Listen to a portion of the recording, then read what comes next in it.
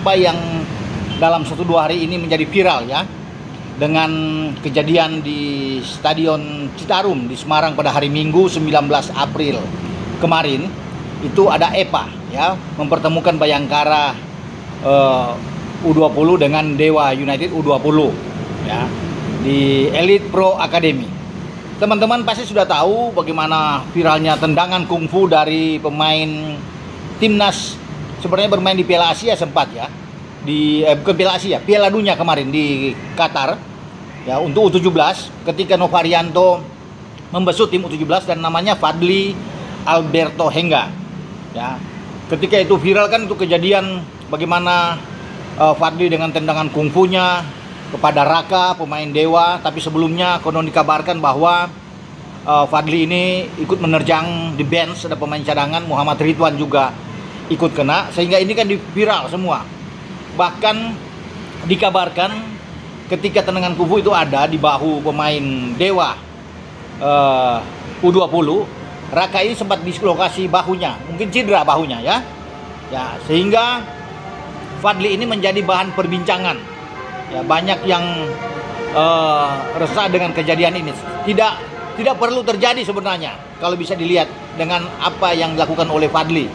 Ini pemain muda sebenarnya, masa depan yang bagus, tetapi akhirnya dia melakukan tindakan yang tidak dibenarkan.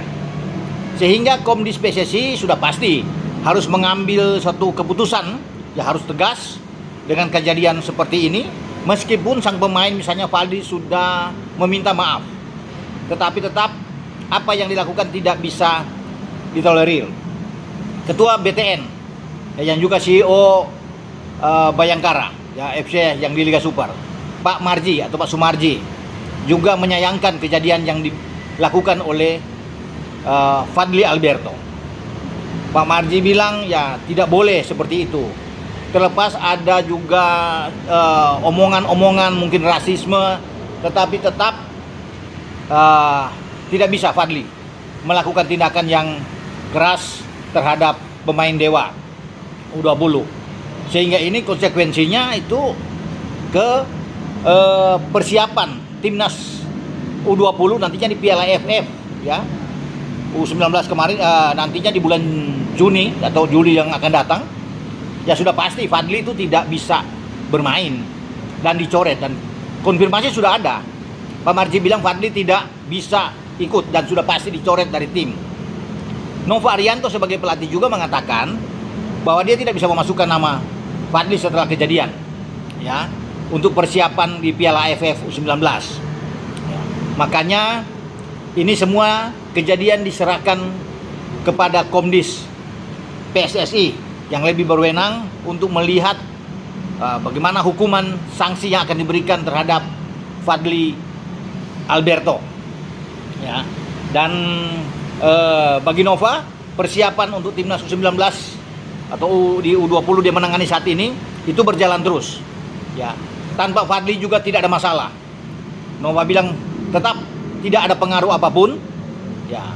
Walau sebenarnya kalau tidak ada kejadian itu Fadli akan masuk jika tidak ada kajian. Tetapi dengan ada kejadian yang viral ini, maka Nova tidak memasukkan namanya ya. Sudah pas, sudah confirm Fadli tidak ada ya. Jadi kata Nova, biar ada jadi efek jerah lah, tidak boleh terjadi lagi, terulang lagi ya di masa yang akan datang untuk pemain-pemain muda apalagi yang potensial seperti Fadli.